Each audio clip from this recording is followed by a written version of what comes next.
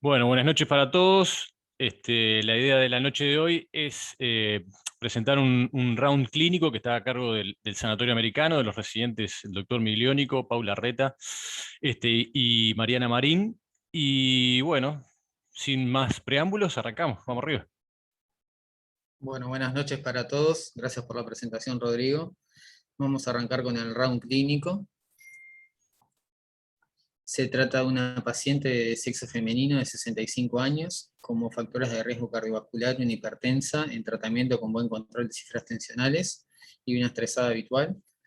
Como antecedentes personales, un neo de mama izquierda con mastectomía total y tratamiento hormonal hace 15 años, ¿no? sin recidiva ni ninguna otra complicación.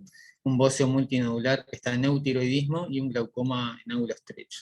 Y se inmunizó con la vacuna Pfizer en abril del 21. Como antecedentes de la enfermedad actual, la paciente cursó un suceso vital estresante hace un mes y está asintomática en lo cardiovascular. El cuadro actual comienza el 17 de agosto, en reposo aproximadamente a las 11 de la mañana, con dolor precordial opresivo, intenso, irradiado a miembro superior izquierdo y mandíbula, sin otra sintomatología cardiovascular acompañante. Consulta a la emergencia móvil aproximadamente a los 60 minutos del inicio del cuadro, y la concurre a valorar. La paciente estaba lúcida, bien perfundida, tenía un ritmo irregular de 90, hemodinámicamente estable, sin falla cardíaca, y le realizan el siguiente electrocardiograma. No sé si alguien quiere comentarlo, si no lo decimos nosotros. Bueno. El electrocardiograma podemos ver que tiene un ritmo sinusal de aproximadamente 100 ciclos por minuto, una onda P que es normal, un PR normal, un QRS de 90 milisegundos. De la repolarización se destaca un supradesnivel del segmento ST en D1 ABL, D2 D3 ABF y de B4 a B6. Podemos ver también que presenta extrasistolía ventricular, que por momentos está bigeminada. Entonces, bueno, con el planteo de síndrome coronario agudo sin elevación, con elevación de... Pablo, Sí. ¿qué te pareció la depolarización de B4 a B6? De B4 a B6, como podemos ver, tiene supradesnivel del ST que llega aproximadamente hasta 3 milímetros más o menos, B4, B5. No, digo, me parece interesante distinguir que ese complejo que describiste es el normoconducido y que Ahí va, en realidad parece que estuviera bigeminada, ¿no? ahí va. Este es el normoconducido y acá está bigeminado. Y esa es la Y acá extrasístole. tenemos otro con otra extrasístole ventricular, Ahí está. y este es el complejo. Este ya sería de B3, igual, de B1, B2, B3. Hace una pregunta a Carlos García y dice, no sé si es pregunta o afirmación, ¿es un supradifuso del ST, una sobrelevación difusa del ST? ¿Te parece que se puede catalogar así? Y bueno, respeta de B1 a B3, prácticamente lo respeta. Lo que no tiene es infraespecular, ¿no? Exacto. Y en cara inferior es solo en D2 y ABF, D3 no tiene, ¿no? Porque lo otro es la extrasístole. De acuerdo, de 3 no, parece no tener. No. O sea que está en medio en el límite, no me resulta muy claro que sea tan difuso. Parece Pero como que... en Sí, cara inferior tiene también, ¿no? Viste que en D2 y en ABF también está un poquito hacia arriba el ST. Y sí, en D1 también, ¿no? Claro, lo que uno lo que... apunta Daniela es que no toda la cara inferior parece. Entonces es raro, medio rara la distribución. Ujú. ¿Qué dice, Rodrigo? ¿Ibas a decir algo? No, que a uno lo que le llama la atención, que de uno y de dos con Supra, siempre me llama la atención, o sea, porque son caras distintas, entonces uno espera la especular en alguno de los dos lugares, o sea que los dos tengan Y Supra no me gusta mucho. eso quería, por eso mencionaba que, por ejemplo, B4 miraría más la cara anterior y pareciera tener Supra también. Entonces, como que no está una cara o una región muy delimitada electrocardiográficamente hablando. Pablo, y para completar, ¿el QT cómo está? que el QT corregido está en 4.20, 4.30, nos dio más o menos. No está muy prolongado. La verdad que me costaría con este registro corregirlo por frecuencia. Es difícil corregirlo por el frecuencia. Ahí está. Le pusimos 90 más o menos, Ahí está. Perfecto. que Dale. no, que es medio subgénero. Porque si uno mira, por ejemplo, lo que tú estabas señalando, B4, realmente el QT parece largo. Claro, acá Pero, con las que existen. no, claro, el previo me refiero. El QT del normoconducido, sí. Parece larguito. Pero bueno, está. Realmente la frecuencia habría que verla o obtenerla por otro medio o pensar que entre dos, que es la mitad del tiempo entre el intervalo entre dos QRS es la mitad del que ocurre entre dos normoconducidos. Asumir así, como que la pausa compensadora es completa y está. Pero no está fácil de calcular. Faltaría una tira en donde no estuviera bigeminada para estar seguro, ¿no? Exacto. Pero bueno, por ahí viene. Es un poquito ambiguo esto, pero le duele el pecho y a ver cómo sigue, Pablo. Y bueno, entonces con planteo con síndrome coronario agudo con ST inferolateral de 1 hora de evolución, se le solicita un cateterismo de urgencia. Bueno, entonces acá tenemos la cateterización selectiva de la coronaria izquierda, una proyección oblicua anterior derecha, donde vamos a dejar pasar las imágenes. Acá tenemos una anteroposterior craneal también de la coronaria izquierda.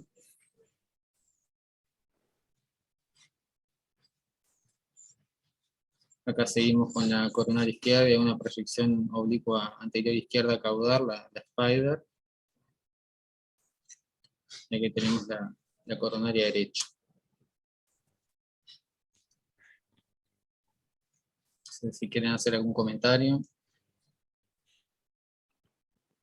Y el comentario parece que fuera que lesiones obstructivas angiográficamente significativas no tiene, que las arterias parecen razonablemente libres de irregularidades que sugieran ateromatosis importante a nivel de las paredes arteriales. No podemos decir que no la tiene, pero lo que sí, esto acuérdense que es un luminograma, o sea que si en la pared tiene múltiples placas, bueno, puede tenerlas, pero en general causan irregularidades de la luz. Entonces, lo que capaz que hay que volver a mirar, o me gustaría volver a mirar, es la derecha estaba muy clara, pero me gustaría volver a mirar la caudal anteroposterior de la coronaria izquierda para ver la circunfleja, porque como el ST era predominantemente inferolateral, por más que había algo en D1ABL como lateral alto, la verdad es que se ve poco y el flujo es... me cuesta decir cuál es el flujo porque me llega medio lenta la imagen. Sí, está muy cortado. Sí. Pero Bueno, no obstructivo, parece nada. haber nada que explique ese ST, ¿no? Lo que hay es flexosidad vascular, eso sí, pero lo vemos. Frecuentemente solemos ver esto. Pacientes hipertensos, sobre todo mujeres, no sé por qué, pero pasa. Lo otro que uno tiene que buscar cuando no ve lesiones angiográficamente significativas, cuando no encuentra lo que viene a buscar, es buscar oclusiones vasculares que sean muy prolijas, que queden disimuladas en el angiograma. O sea que de repente uno mira un área y faltan vasos. Hay como una especie de vacío vascular, como si ese marginal no estuviera y hay un semejante sector de pared lateral que no tiene vasos. No me parece el caso, pero tiene una distribución vascular habitual. Lo otro es mirar la luz del vaso, independientemente de que tenga estenosis o no, buscando cosas, como por ejemplo defectos de relleno, y los defectos de relleno que recuerden trombos o que recuerden otra etiología, como por ejemplo disección coronaria espontánea, que no, yo no veo nada que se parezca. Como dijo Rodrigo redondeando, está difícil, no veo explicación epicárdica de lo que se vino a buscar. Bien.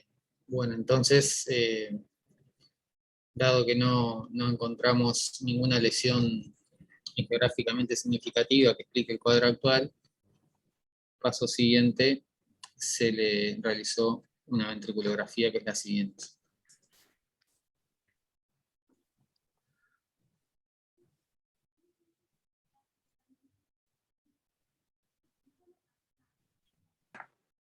Queda corrida la imagen.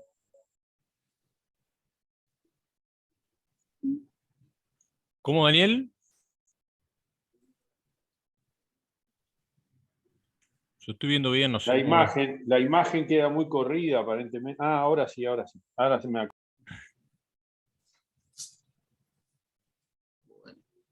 ¿Quieren comentar algo la imagen? Y capaz que el residente de hemodinamia podría decir Bueno. algo. Bien. Bueno, lo que podemos ver que es una ventriculografía que se hace con el catéter pigtail, que lo que podemos ver es un balonamiento apical con hipercontractilidad de los segmentos basales. Se ve apenas una insuficiencia mitral que es mínima, ¿tá? Y bueno, la ventriculografía es compatible con una miocardiopatía adrenérgica de un síndrome de Takotsubo. Muy bien hecha la ventriculografía. ¿Podés cerrar ese micrófono? Supongo No, que la hizo el doctor Cataldo entonces, ¿no? no, Sí, pero sí, más allá de esta interrupción curiosa, entendemos que la paternidad reciente genera estas cosas. altera mucho. Sí, sí, eleva la autoestima y todo. Pero es muy importante lo que dijo Diego, creo que lo que quiso decir Diego, y es que a veces uno se pone el seteo de la bomba para hacer el ventriculograma en volúmenes bajos o velocidades bajas y no pacifica bien el ventrículo. Entonces, en definitiva, se ve una especie de nubecita gris y no termina de definir lo que uno fue a buscar.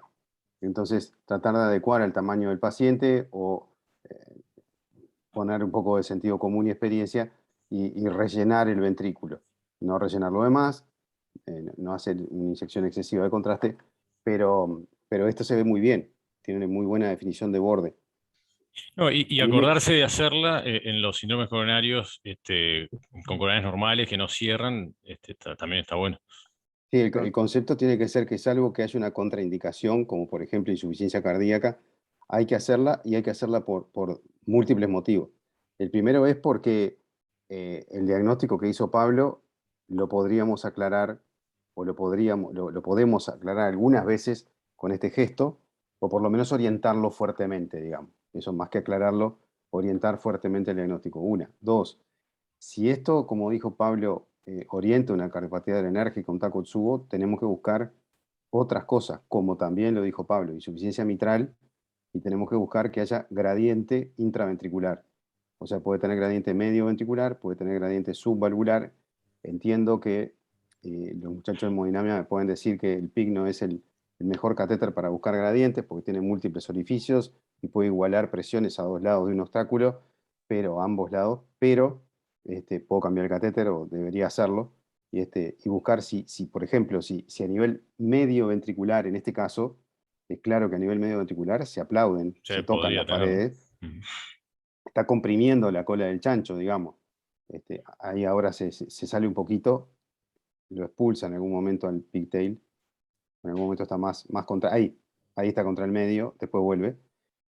Podría haber un gradiente medio ventricular y eso se asocia con repercusión hemodinámica, o sea que es importante hacerlo. Lo que está bueno que el balonamiento apical, lo que decía Pablo, en realidad tiene una disquinesia de la punta, ¿no? En sístole expande y los demás segmentos se contraen mucho. O sea, todo lo que es medio basal se contrae mucho, o sea, tiene hiperdinamia de los demás segmentos. O sea que compatible con cardiopatía adrenérgica es. La pregunta es si es lo único que puede ser, pero está claro que más o menos así es como vemos al Takotsubo. Lo que está bueno, Gustavo, es que realmente esto no es por este caso en particular de hace un tiempo.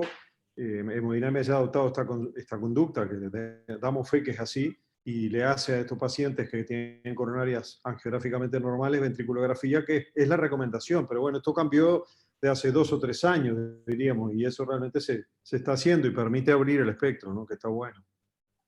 Sí, son 5 minutos de procedimiento y orienta mucho. El no hacer el ventriculograma creo que viene o se arrastra de una época en el que Sergio se le acordará bien, en que había muchos síndromes coronarios agudos que quedaban como síndrome coronario agudo con coronarias normales, y yo qué sé, el síndrome X o no sé, la isquemia de etiología, no sé cuánto, y quedaban por el camino sin diagnóstico, no había resonancia, se hacía mucho menos o casi nunca ventriculografía, y entonces cambió cuando el conocimiento de la patología progresó. Y esto es Exacto. parte de las herramientas disponibles rápidamente. Además tiene una ventaja, porque el ventriculograma ve el ventrículo de un costado. Podemos hacer otra proyección, sí se puede, pero casi siempre hacemos oblicuo anterior derecha. Casi siempre vemos esto. Pero como tienes una visión panorámica de la motilidad ventricular, te da una idea muy buena del todo. Entonces, esto se puede confundir, y 2x3 lo vemos, con una hipoquinesia, no sé, anterior o apical solo, o lo que fuera, pero la visión ventriculográfica es muy gráfica para hacerse la idea de que puede ser un Takotsubo. O sea que sí, tratamos de hacerlo siempre, pero bueno, alguna vez se nos escapará. No, pero doy fe que ahora la actitud cambió y esto está buenazo. Y lo otro importante, Mono, que esto ustedes lo hacen en el momento del evento, porque después todos los otros métodos diagnósticos a veces tienen cierto retraso. El eco no debería tenerlo, pero bueno, puede tener 1 o 2 días, y ni hablar la resonancia, que a veces por razones operativas no se logra o demora. Y el único documento que apoya termina siendo este muchas veces, ¿no? Totalmente. Es útil, es útil. Seguimos. Adelante. Bueno, muy bien. Entonces, bueno, recordando a la paciente, había tenido un suceso vital estresante, se presenta con dolor anginoso típico en reposo, el electrocardiograma que ve el supradesnivel del ST a predominio inferolateral, con un poquito de extensión más, un árbol coronario sin lesiones angiográficamente significativas, y con esta ventriculografía, el planteo diagnóstico inicial sería la miocardiopatía de Takotsubo, o puede haber algún otro planteo diagnóstico alternativo. Eso más o menos lo estuvimos discutiendo, pero si alguien quiere opinar algo más, si no, seguimos. No, adelante, adelante. No, quería decir que cuando uno habla de síndrome de Takotsubo siempre habla de la miocardiopatía adrenérgica, que tiene como un desencadenante de aumento de la adrenalina, de estrés, que en este caso la paciente no lo cuenta, ¿no? Y que muchas veces pasa esto de que o uno va a replantearle la situación a la paciente a ver si ella sale de ella o del paciente, volver a contar alguna situación estresante, o a veces queda en esta situación así como no muy clara del desencadenante, porque de ella cuenta que tuvo una situación de estrés un mes antes para atrás, que no sería la situación actual. Si bien yo conozco a la paciente, es una paciente estresada, odontóloga, que trabaja mucho, pero no hubo un desencadenante claro en esta situación este día. No, el otro detalle que en general no tiene supranivel del ST, ¿no? El Takotsubo. Generalmente es inversión de onda T, media difusa, fea, asquerosa, electros espantosos, pero no tanto como un supradifuso, orienta como más a pericardio el supradifuso, ¿no? Y lo otro, ¿cómo se llama? El casco prusiano, que tampoco creo que no lo tenía. Pero bueno, Eh,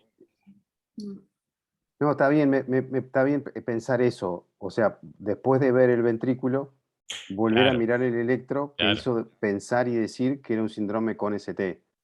Entonces, el tema es que seguramente después los muchachos, no me consta, pero no dudo de que en la revisión van a pasar por ahí, pero uno tiene, me parece que hay 2 cosas que hacer. Una es volver a mirar la película, volver a mirarla con detalle, no se me estará pasando por alto algo, y lo otro es volver a mirar el electro.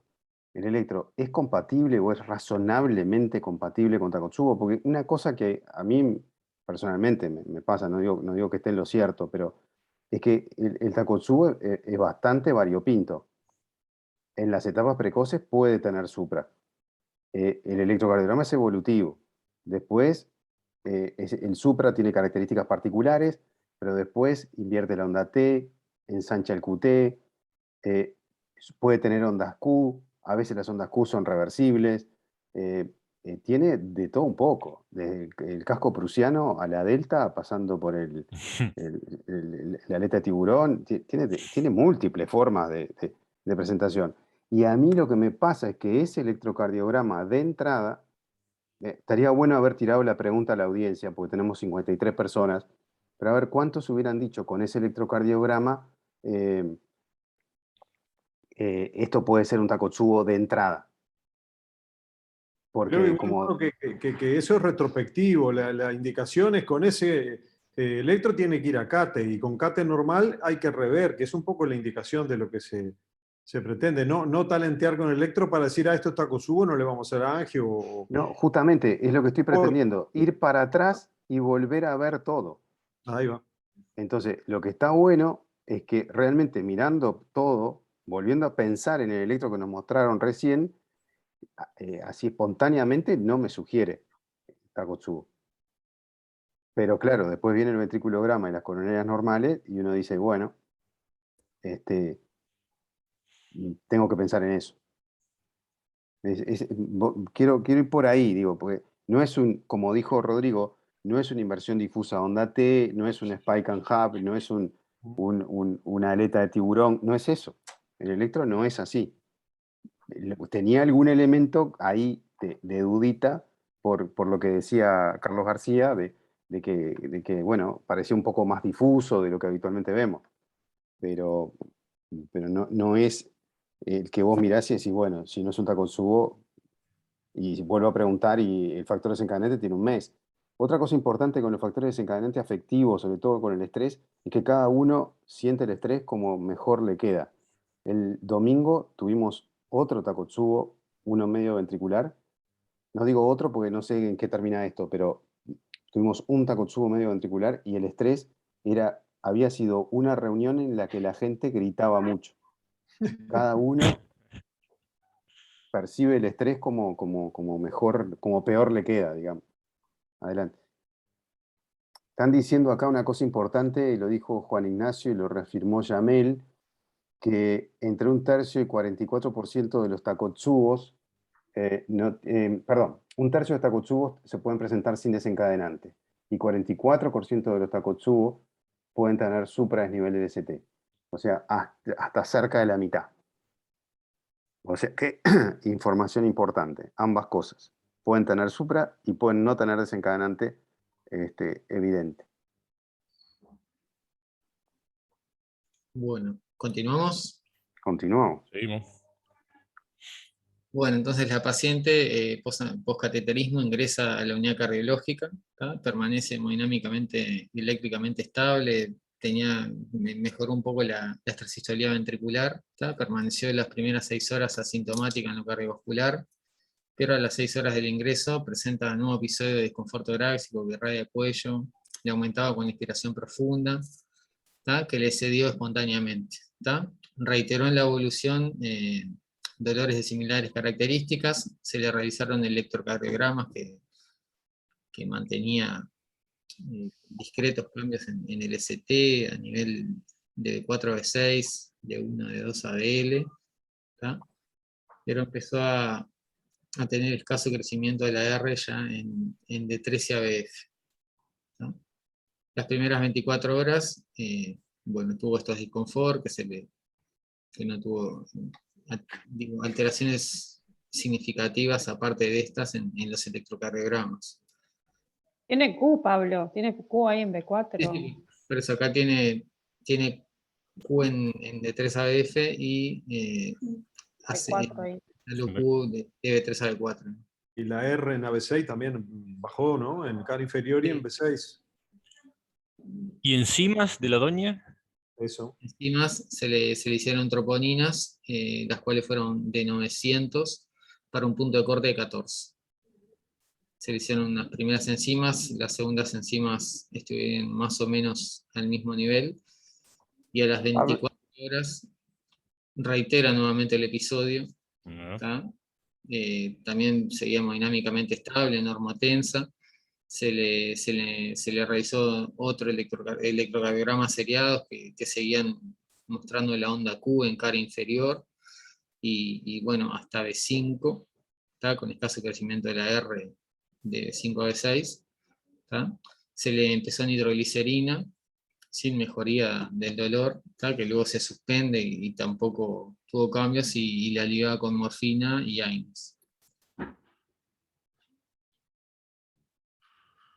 Bueno, de la paraclínica se le da las troponinas T ultrasensibles, que como ya lo habíamos mencionado, ¿tá? El ProBNP de 3000, del resto de la paraclínica tenía una leucocitosis de 15.000 blancos, aprominio neutrofílico, ¿tá? PCR y procalcitonía normales, hisopado COVID-19 negativo.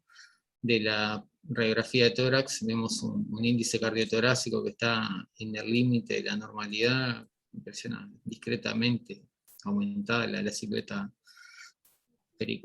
cardiopericardica, discretos elementos de aumento de la trama vascular, sin foco neumónico, los fondos de sacos estaban libres. Es un feo paciente, ¿no? Porque está con dolor, tiene coronarias normales, está con ProBNP altísimo, se te está comiendo la R, el electro, y no tenés mucho para ofrecerle, ¿no? Y bueno, se le realizó un ecocardiograma que veía un ventrículo izquierdo de dimensiones normales, con aquinesia de los segmentos mediapicales y una función sistólica moderadamente disminuida, una FEBI en torno al 40%, una insuficiencia mitral mínima, un ventrículo derecho normofuncionante sin hipertensión pulmonar. Pablo, una pregunta Sí. por curiosidad.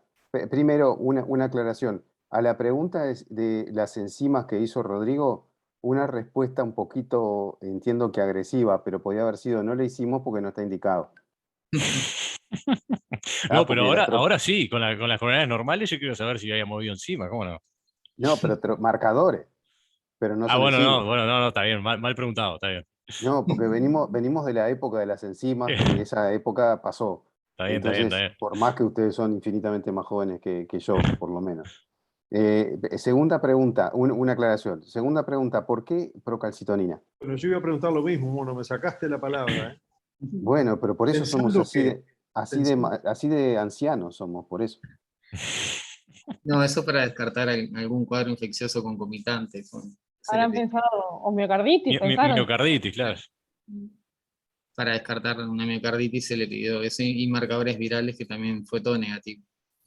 ¿Y te descarta una miocarditis? Pero eso te iba a decir, pero eso, ¿en qué algoritmo está eso? No le peguen, no le peguen. No, pero mira que no le pregunto por Pablo, lo pregunto por quien se lo pidió, que no fue Pablo. No, bueno. La evolución. Ojo que estaba internada con nosotros ahí. No, pero lo estoy hablando justamente autocrítica, no es para otros, es para nosotros. Alguien se lo pidió, no sabemos. Sí, no, yo no lo sé. Si me preguntase una procalcitonina normal descarta una miocarditis aguda, no sé. No. Pero para nada, y tampoco está ningún algoritmo que haya que pedir procalcitonina a la miocarditis. Pero... No, bueno, yo qué sé, capaz que ayer los coreanos del sureste justo publicaron. En Corea del Sur está pasando mucho esto, sí. Está pasando mucho. Bueno, queda en el anecdotario, y también es bueno ver qué cosas de lo que hicimos quizá no haríamos de nuevo. Claro. Pero bienvenido. Como acotación, ¿puedo decir algo ahí de la placa del tórax? Sí, claro, que nadie la miró venir. Veo una imagen que no me cierra en eso. La señora tiene prótesis. Es una prótesis mamaria. Una prótesis. Perdón, yo me perdí la primera parte. Pero una sola prótesis, claro. Eso me pasa por llegar. Eso me pasa por llegar tarde, perdón. Tuvo cáncer de mama y de hecho tiene una muy mala ventana ecocardiográfica. Menos mal que nadie planteó neumonía con esa imagen, ¿no? Porque le pidieron procalcitonina para eso. No, pero es una perla para llevarse, porque realmente es una imagen que si no lo asociás con la prótesis, ¿qué es eso? No es normal. ¿Qué es eso? No, claro, no es normal. Excelente. Extracardíaca, ¿no? Sí. Extratorácica, perdón. Claro. Claro, tendríamos que tener un perfil. No, pero excede, ya ves ahí en el lateral que excede la parrilla. Está grande la prótesis. Tenés razón. King size. Tranquilo, chicos, tranquilo. Comentario Abreu. Bueno, ¿Cómo sigue entonces, Pablo?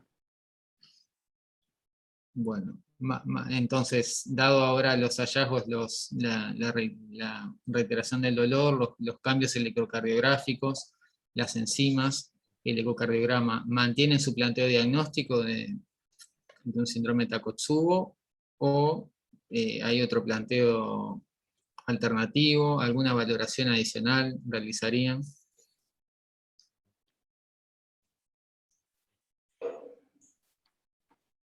Estaría bueno escuchar la Una opinión de pregunta todos. adicional a otra más, que se me ocurre un poco porque la paciente sigue con dolor y en realidad estuvo un rato calmada y volvió a tener dolor, ¿no?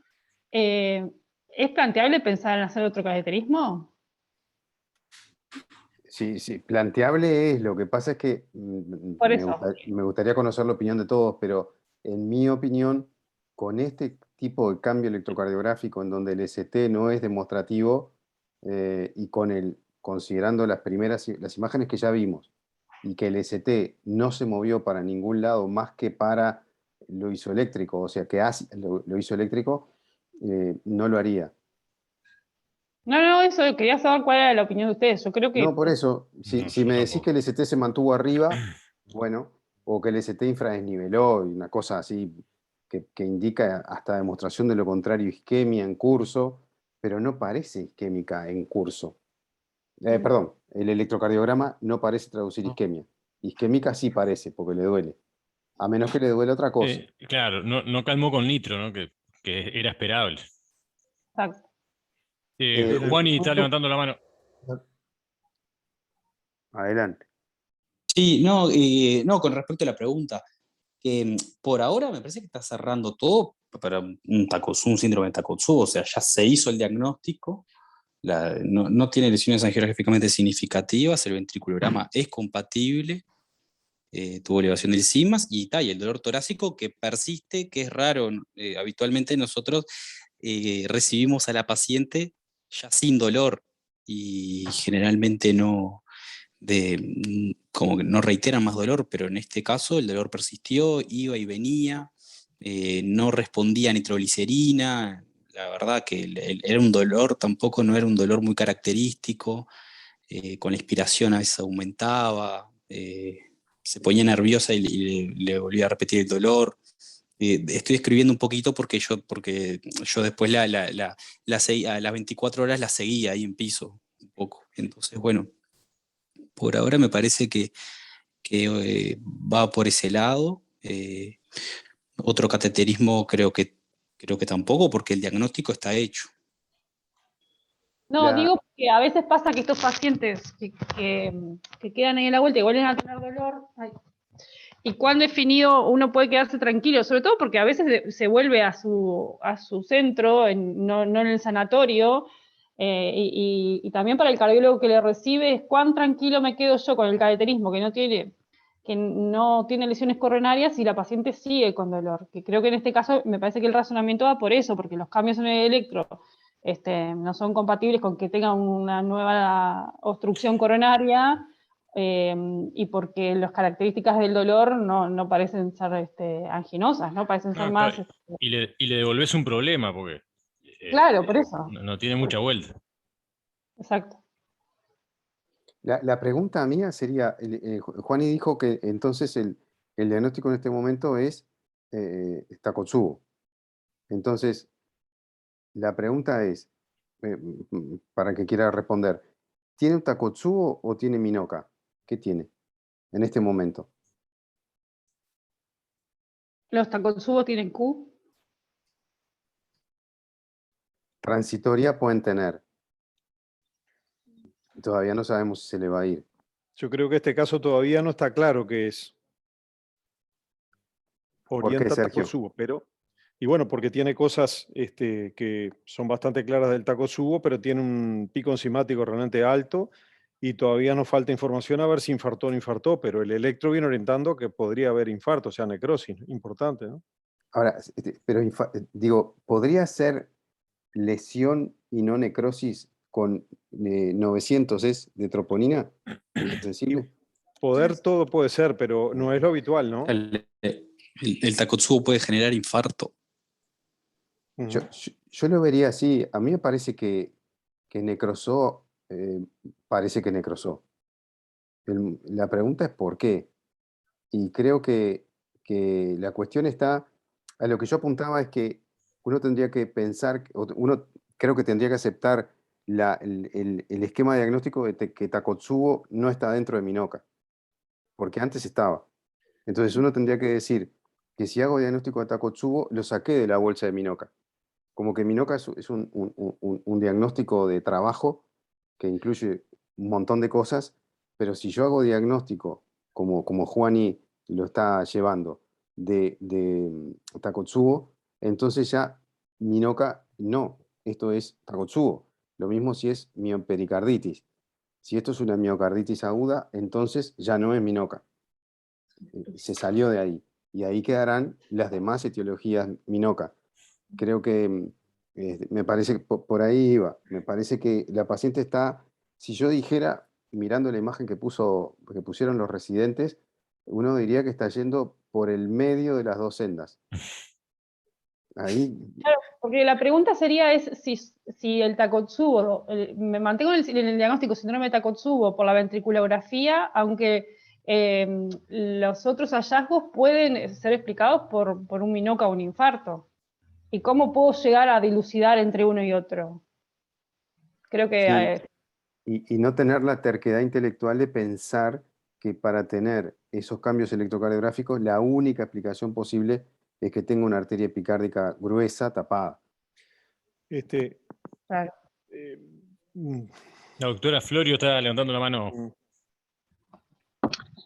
Hola, yo estoy manejando, le digo porque capaz que no choques, no choques. medio raro, voy a tratar Hay un radar ahí. No, pero es es re interesante la situación. Hoy de mañana estuvimos comentando una paciente similar, pero diferente. En definitiva, la pregunta que hace Gustavo, yo creo que no sabemos en este momento. Tenemos una situación clínica de una presentación como síndrome coronario agudo, agarré tarde round, entiendo, con supradesnivel del ST, y sin lesiones coronarias obstructivas. Y que bueno, y que tiene cosas que orientan a que podría ser un Takotsubo, pero cosas que hacen pensar que capaz que no. Y desde el año pasado, en las guías de síndrome coronario, se plantea a la resonancia magnética como un estudio con indicación clase 1, en realidad para dilucidar esta situación, ¿no? ¿Qué estamos? ¿Estamos ante un Minoka, o sea, un infarto verdadero sin lesiones obstructivas? ¿O estamos en otras situaciones etiopatogénicas que la pueden simular, o sea, simular en la presentación clínica y que debemos descartar, particularmente dos, que son la miocarditis y el Takotsubo? Así que yo le pediría una resonancia a este paciente. Gracias, Sí, Lucía. me parece que está bueno reconocer a la resonancia como indicación clara, definida en estas situaciones, lo primero. Y lo segundo es pensar el por qué. Acá hay un problema en el músculo. Entonces, veamos cuál es. Busquemos un patrón, caractericemos el músculo y veamos a qué patrón corresponde más probablemente en base a la resonancia que agrega, a todo lo que agrega el análisis, la caracterización tisular del músculo cardíaco. Circulación, perfusión, edema, caracterización, motilidad con mucho detalle. O sea que evidentemente tiene que aportar, sí, sin duda. Una pregunta para todos, a ver si recuerdan. En general, el Takotsubo no tiene necrosis transmural y no da mucha pericarditis, perinecrosis, por lo tanto. Y ella tiene un dolor seroso. El hecho que instalara un dolor seroso orientado a pericárdico podría orientar más al infarto, o sea, al Minoka que al Takotsubo, que habitualmente no tiene dolor seroso? Pregunto, no lo afirmo. Lo que pasa es que a mí me parece, Sergio, que está difícil de opinar, porque mirá cómo fue. Juani se inclinó por el Takotsubo. Vos lo pusiste en duda. Lucía está medio como que en el medio de los diagnósticos. Entonces, creo que el dolor El electro es más de pericardio, ¿no? puede ser de pericardio, pero también metió Q en B4, por ejemplo. Solo ahí. No, pero a ver si rehago la pregunta. Concluimos que sigue dolorida y el dolor no es anginoso. No la estudiamos de vuelta en consecuencia con eso. Y asumimos que el dolor es seroso. Entonces, sigue con dolor seroso, tiene una pericarditis. O sea, o tiene una miopericarditis o hizo un infarto con pericarditis perinfarto. Por Digo eso porque... Está bien, Sergio, justamente me parece que va de cabeza al resonador. No, eso está fuera de discusión. Yo Porque estoy creo que tratando de esa- ir... Yo conozco el caso. Está buena la, claro. O Pero por qué le duele al Takotsubo también. Claro, porque el Takotsubo, los que vemos, que se ve relativamente frecuente, que yo recuerde, corríjanme, estoy dispuesto, no tienen dolor seroso pericárdico. No, no tienen. Ya, de hecho, le dimos hasta nitro a pero estábamos convencidos que el dolor no era anginoso. Y en general el dolor se les pasa en las siguientes horas. Exacto. No persistentemente con dolor, como decía Juan. Y habitualmente los vemos que vienen y en menos de 12, 24 horas el dolor se les fue. Y ella seguía con dolor. Tanto seguía que yo llegué un lunes y la mujer fue fin de semana y todos fueron a transmitirlo que la mujer seguía dolorida, que qué íbamos a hacer, ¿se acuerdan? Sí, yo también conozco el caso, digo, era para un poco también para... No, para justamente, Juani, pero está para perfecto. sembrar la duda. No, pero está bueno conversarlo hasta este momento que hubieran hecho. Claro. Porque además me parece que la encrucijada es diagnóstica y es terapéutica. Exacto. ¿No? Porque, Pronóstica. por supuesto, por supuesto. Ambos, Bueno, las tres cosas. es que ese comentario iba a ser, el valor de la resonancia creo que sobre todo es por el pronóstico, ¿no? Porque en cuanto al tratamiento no va a cambiar mucho. Y bueno, pero Bueno, sí y no, porque... si es un Takotsubo y le pones un poquito... Tiene una bombita, a ver. Si es un Takotsubo y le pones un poquito de beta bloqueantes es una cosa. Ahora, si encontrás una miopericarditis, es distinto. ¿No? Medio que le voy a hacer antiinflamatorios y voy a esperar. Si es un infarto, lo trataré como un infarto. O sea, como un post-infarto. Pero me parece que el espectro es enorme entre estas tres cosas parece como que hay en realidad más que dos caminos, podría haber tres caminos. Entonces, me parece que es pronóstico, pero es diagnóstico, terapéutico y pronóstico, las tres cosas. Me parece que va por ahí. Capaz que también falta la evolución como criterio, ¿no? Pero por ahora me parece que son tres cosas que la resonancia tiene en su informe que van a cambiar. Adelante. Seguimos. Sigan, chicos. Se durmieron. Bueno. Ya están en la cancha, ¿eh? Bueno, vamos a mostrar uno de los ecocardiogramas que se le hizo. Este fue el 10º día del episodio, ¿tá? Que bueno, mostraba un ventrículo izquierdo de dimensiones normales, grosor parietal conservado. Como podemos ver, tenía no sé, mucho toque porque la ventana la verdad que no era muy buena. ¿tá? Y lo que se veía era una disquinesia de los segmentos inferior, septal y lateral a nivel apical y del ápex, ¿tá? Con aquinesia del ápex de la región apical. ¿Tenés décimo día? Eso? Al 10º día, sí. Y bueno, la función sistólica calculada fue en torno al 46%, o sea, un poquito más de lo que tenía a las primeras 24 o 48 horas. ¿tá? No se evidenciaba obstrucción del tracto salida, el ventrículo derecho estaba normofuncionante, no tenía hipertensión pulmonar, ninguna otra, no había derrame pericárdico. ¿tá? Se le hizo bueno, después el llenado estaba relajación prolongada y nada más. Se le hizo un strain longitudinal que el global le dio disminuido de menos 15,7 ¿tá? Y estaba conservado en los sectores basales a nivel inferior e inferolateral, pero luego estaba globalmente disminuido francamente en los sectores apicales y el ápex, ¿tá? Y en todo el resto del sector anterolateral y anteroseptal a nivel basal medio, pero francamente se ve a nivel del ápex y la región apical la disminución del estrés longitudinal. Bueno, entonces, este es el eco que se le hizo al 10º día. Entonces, bueno. Espera, con este eco, ¿quedan los diagnósticos planteados? O sea, ¿mantenemos las mismas hipótesis diagnósticas o cambió algo? Creo que sí, que se mantienen, ¿no? Sí, porque el 10º día igual el Takotsubo puede Sí, seguir. podría seguir. Sí, claro. No tiene derrame pericárdico que no. No tiene derrame, exacto, que lo que uno iría a buscar de entrada, ¿no? Pero podía no tener. Está bastante sectorializado. Es como apical, pero más sobre el septum, ¿no? No parece la típica imagen de Takotsubo en ese eco, ¿no? No, bueno, pues lleva muchos días ya, ¿no? Muchos días. El espesor parietal en diástole ahí en la punta, ¿les pareció habitual o está más finito? La punta es más fina, ¿no? Pero está difícil de ver, porque la ventana no está lejos de ser óptima.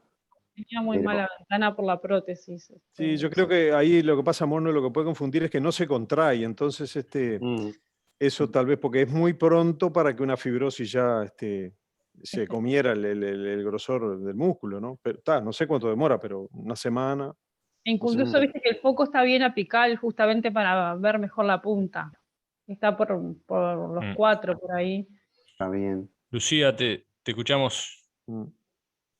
No, nada, que creo que seguimos con la misma duda, pero no sé quién dijo que estaba como, fuiste tú, Rodrigo, que estaba como sectorializado, ¿no? Eso quise decir, pero no me salió la palabra tampoco. Y en realidad hay trabajos que han comparado el strain de Takotsubo con infartos anteriores o infartos apicales, y en general no es definitivo, no es que uno pueda tomar una decisión diagnóstica comparando el patrón de strain, ¿no? Pero en general el Takotsubo tiene un strain longitudinal promedio menor que el infarto, el promedio, justamente porque por esa gran extensión de diskinesia o askinesia apical o medio apical, y bueno, y además que ese sector no respetaría un territorio vascular estrictamente. Y es cierto que acá no veo yo dónde está el valor promedio de... 15,7 average, Sí, ahí. ahí está. Que está un poco disminuido, pero tampoco demasiado. Las cosas que estuve leyendo como que en general son unos strain promedios como de 12 o menores, francamente disminuidos. Entonces, nada, como que sigo con la misma duda, en definitiva, pero no parece ser así, lo más característico. También está alejado, como decía Daniela, pasaron unos días y bueno, sí. Bien. Vamos a la rezo.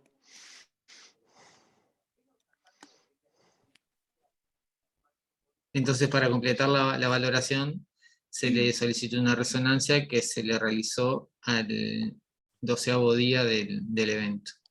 ¿Tá? Como podemos ver en la pantalla tenemos secuencia cine, 4 cámaras, 2 cámaras, 5 cámaras y los ejes cortos. ¿Tá? Qué linda esta la rezo, y no la hice yo, no soy como... Como Cataldo. Acá todos se sacan ficha. La Vicky, ¿dónde está la Vicky? Debe andar por ahí. Bueno, como podemos ver, la resonancia mostró un ventrículo izquierdo de dimensiones normales, grosor parietal normal, una diskinesia a nivel septal inferior, lateral, a nivel septal inferior y lateral apical y del casquete apical, con una aquinesia del sector anterior apical e hipoquinesia inferior e inferolateral media, ¿tá? Una función, una FEBI de 51%, ¿tá? Un ventrículo derecho, dimensiones y función conservada, una insuficiencia mitral mínima, ¿tá? Y mostró un probable trombo apical laminar de 10 por 3 milímetros, ¿tá? Como podemos ver, acá estamos en los sectores medio y apical, en el eje corto, como podemos ver francamente la vectorial en esos sectores. Aquí tenemos secuencias T2 a nivel del eje corto, ¿tá? Vemos la sangre negra, donde podemos ver imágenes compatibles con edema, sobre todo a nivel apical, ¿tá? Y esta es la secuencia de perfusión, ¿tá? Como vemos ver cómo hay alteración de la perfusión a nivel del ápex en el sector inferior, y acá inferoseptal, que de acá lo marcamos en la imagen, que es lo que queda más bien oscuro en la resonancia. Estas son secuencias de realce tardío con gadolinio, donde vemos que se informa un realce tardío de tipo transmural a nivel inferior apical, lateral apical, ¿tá? Y del casquete apical. Como ver, esta es una imagen de eje corto, acá tenemos 2 cámaras y 4 cámaras. Bueno, no sé si alguien quiere comentar algo de la resonancia. Lucía. Virginia, Lucía. Virginia, que la hizo. Ah, ¿está ahí, Virginia, Benedito? sí. No, pero ¿estaba Benedito? No lo sentí. Me parece que estabas. Estoy con problemas de conexión fuertes acá en la costa. 2 veces estás. Estoy 2 veces porque estoy desde el celular con los datos móviles y del... No. Me perdí toda la rezo, me la perdí. Ah, bueno, un detalle. Pero hacé de cuenta que la conoces. Pero si le hiciste vos, Vicky, dale, cante. Se le ve la prótesis. Se le ve la prótesis, clarito, Sí, claro. sí. Solo izquierda. Pero yendo al corazón. Bueno, yendo al corazón. Los trastornos sectoriales, bueno, eso que... A esa parte no me la perdí, que contó Pablito, que si bien son disquinesia apical, se ve más en los segmentos septal inferior y lateral apical, y lo anterior parece más aquinético que disquinético. Después, que tiene edema en las secuencias T2. Ponete El dos, defecto Pablo. de perfusión. Ahí va, que se ve clarito. El de arriba es un eje corto a nivel medio, y a nivel apical se ve clarito que la señal del miocardio brilla más bien difuso, no en un sector en particular. Y bueno, después el defecto de perfusión, que en realidad no se ve bien en la punta porque tampoco la perfusión no se hizo bien apical, es ahí un corte como medio apical, pero se ve clarito ahí, septal posterior, ahí en la unión con la pared inferior, el defecto de perfusión, y bueno, y el realce que es transmural.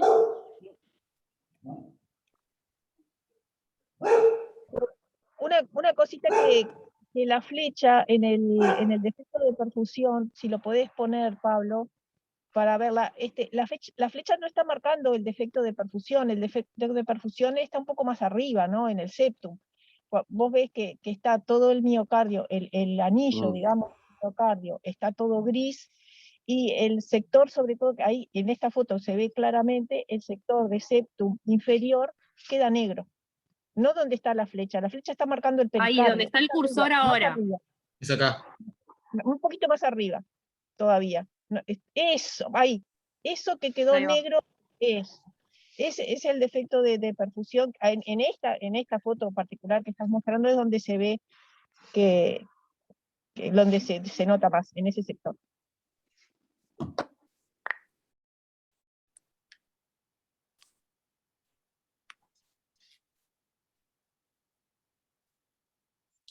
Bueno, entonces el ensuma de la resonancia es un infarto agudo de miocardio inferolateral apical con un probable trombo apical y levemente disminuido. Entonces, bueno, Mostrame el trombo, Pablo. no, la imagen esa, no sé si Vicky, a ver, Ahí, está acá. ahí, la línea, la rayita negra. Está. En es el, de su en el tres cámaras. no, más apical. En el En la tres de cámaras. Ahí, eso sería el trombo. Que es un trombo bien laminar. Vieron que en las imágenes de cine no se veía, eso es porque es muy, muy chiquito.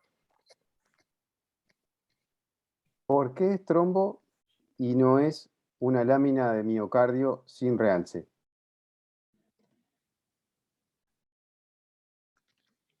Porque cuando vos medís la pared en el mismo tiempo, el del realce tardío y en el mismo tiempo del cine, el grosor del realce, o sea, si vos involucrás además eso negro, excede el grosor del miocardio.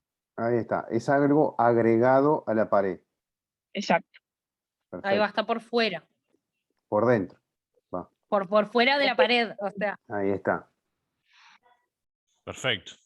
Y si alguna de las dos puede decir por qué no es una miocarditis, porque tiene edema, tiene realce, a ver, como para aclarar, para el que no hace resonancia, a ver por qué esto no es una miocarditis, o no es un...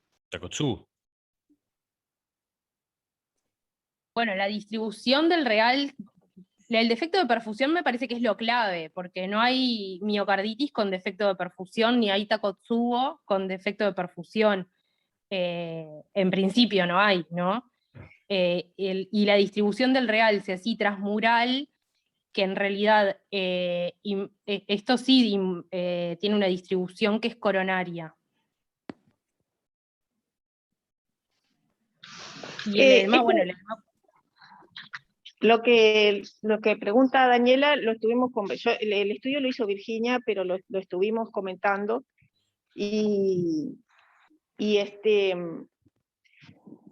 ¿por qué no es otra cosa? Es porque tiene todo, a ver, voy a responder por el revés.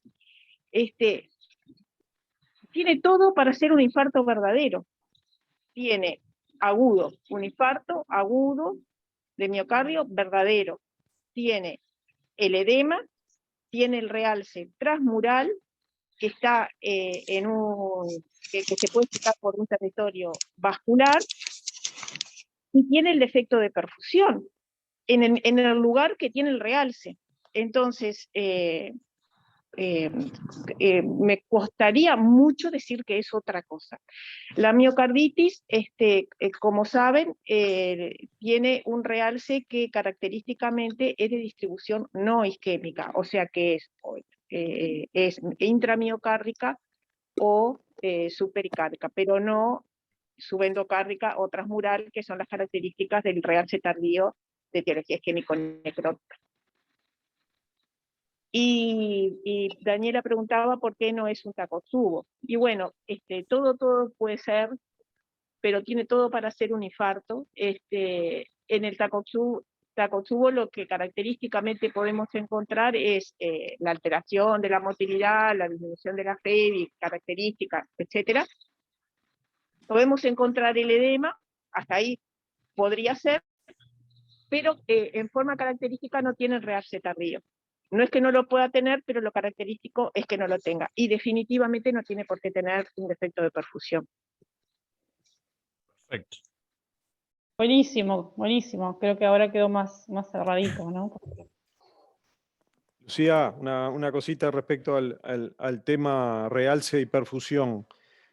Normalmente en el infarto uno, si tiene en la zona que tiene necrosis o afectación transmural por el realce un defecto de perfusión, hay un match ahí entre la perfusión y la zona infartada y uno presume que ahí está el vaso ocluido, ¿no? ¿Y seguís ahí? Sí, claro. La zona infartada y la zona con realce coinciden. La zona sin perfusión y la zona con realce coinciden. Ahí está. Pero en este caso nosotros ya tenemos una información que el vaso está permeable. Por lo tanto, podríamos Epicárdico. concluir, exacto, Eso, podríamos epicárdico. concluir que este defecto de perfusión nos está señalando un trastorno de la microcirculación. Bueno, ahí empezamos con todo otro tema. Lo tiro ahí. ¿Qué pasó? Puede haber tenido una oclusión más epicárdica, que se haya, por ejemplo, un trombo que se haya lisado y que haya generado una oclusión más distal, que no la están viendo en el cateterismo, o una oclusión funcional, digamos, que por defecto de perfusión de la circulación más distal, más periférica, esa zona haya quedado sin necrosis, sin perfusión, y en fin, esto es todo ahora qué es lo que planteamos. Pero sí, yo creo que esta resonancia es compatible con un MINOCA, o sea, con un infarto sin lesiones obstructivas. Es mandatorio volver a mirar el cateterismo, porque más de una vez sabemos que en realidad hay lesiones obstructivas que fueron pasadas por alto, justamente porque fueron lesiones más distales, capaz que de un vaso no principal, en fin, entonces en realidad fueron pasadas por alto. Y otras veces no se pueden evidenciar, pero sí son expresión de afectación de la función de la microvasculatura, ¿no?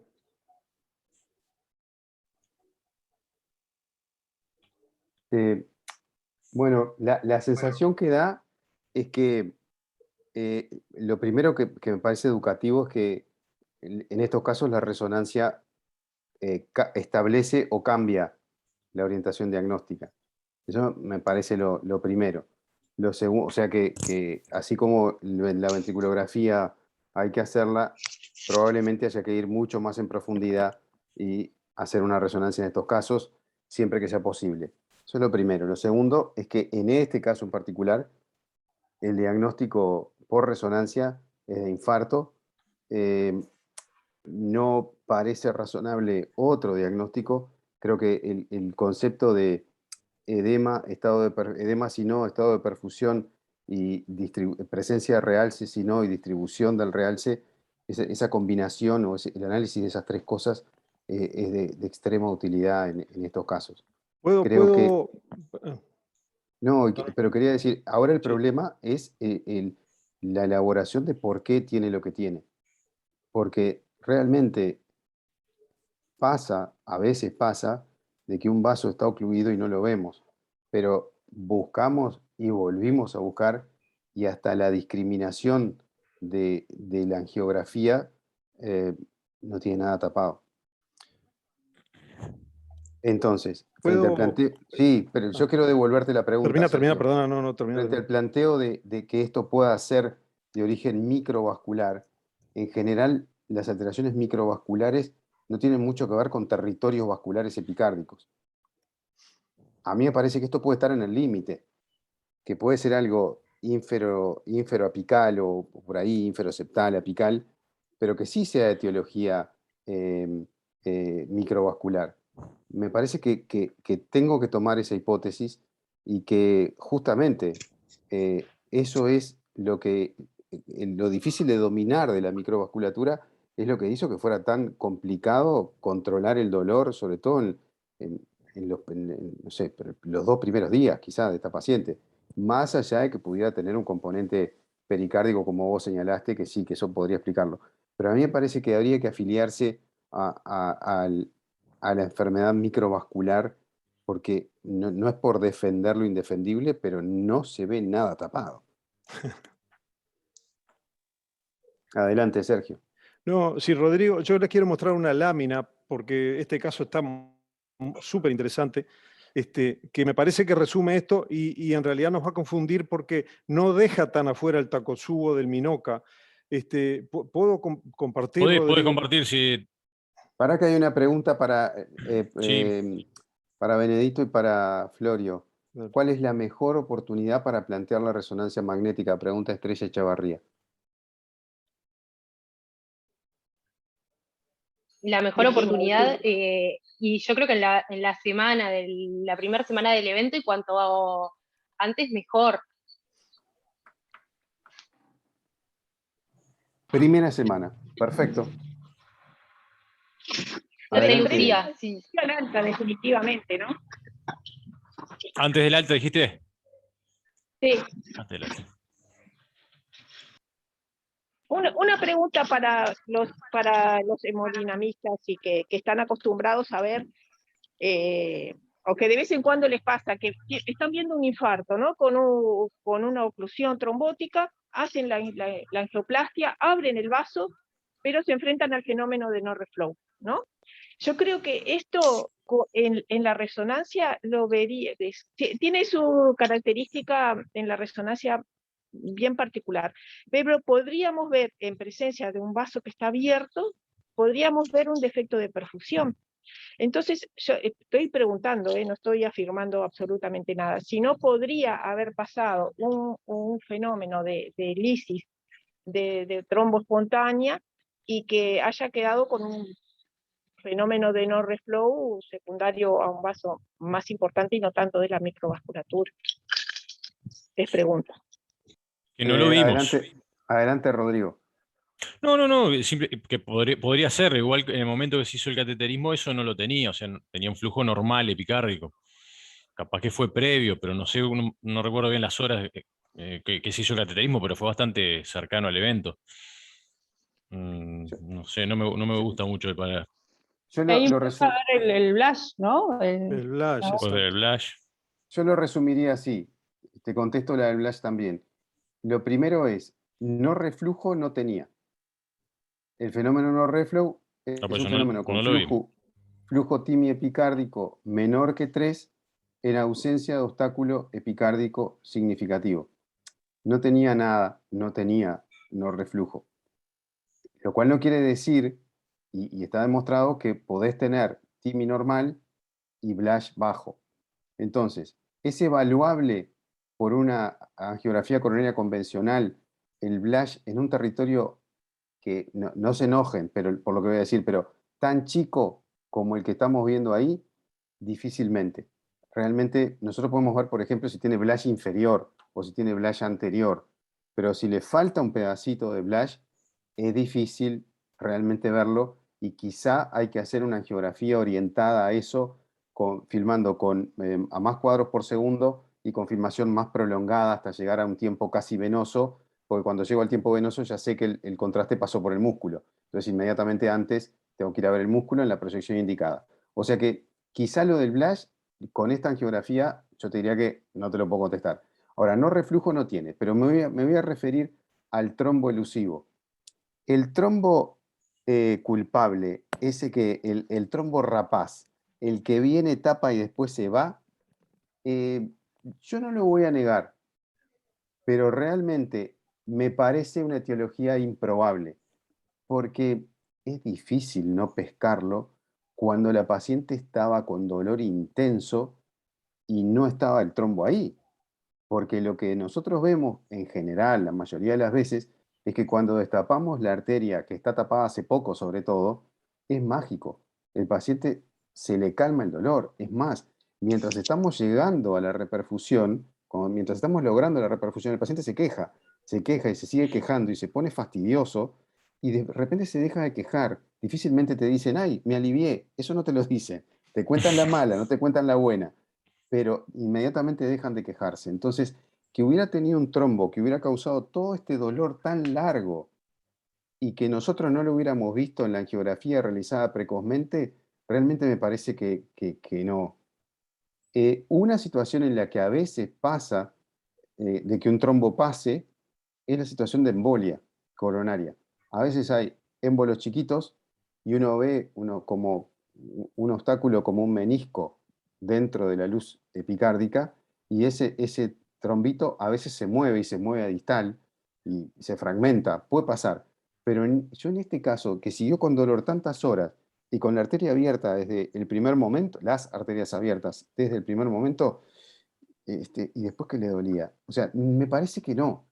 A mí me parece que el problema de esta señora es distal, pero me gustaría no hablar más y ver la imagen que quiere mostrar Sergio, porque seguimos, pero para no me quiero confundir, pero dijiste Seguimos, que nos va a seguimos. confundir y está bueno. No, Dale. seguimos. Después de la revisión miramos si no. No empezó. Estás mirando, te veo mirando atrás y a la derecha. Y Es tenés el partido, es televisor. partido. Adelante, Pablo. ¿Cómo sigue esto? ¿No querés compartir, Sergio? Yo dejé de compartir. No, sigan, perdón, no dije nada.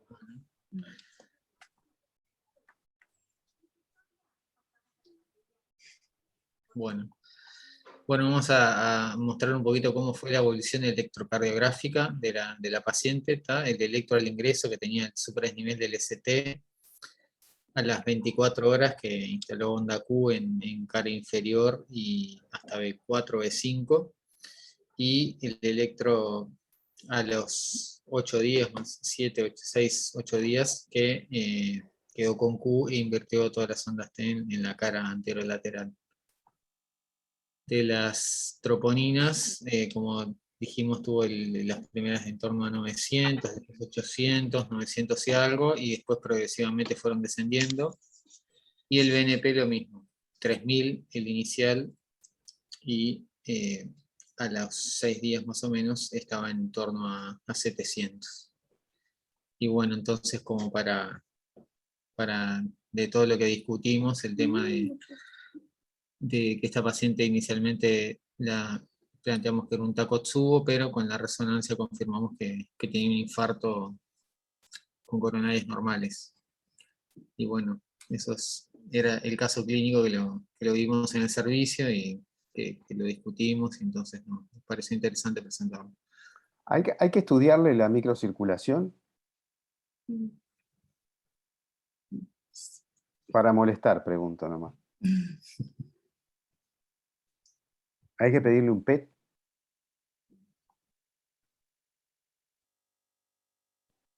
Yo personalmente creo que adelante, perdón, adelante. No, es que en realidad esto es una cuestión de opinión. Yo, en general, los estudios, o sea, siempre está bueno saber más, tener más información de los pacientes, ¿no? Y la manera, la microcirculación es difícil de estudiar, se puede estudiar de forma invasiva y se puede estudiar de forma no invasiva.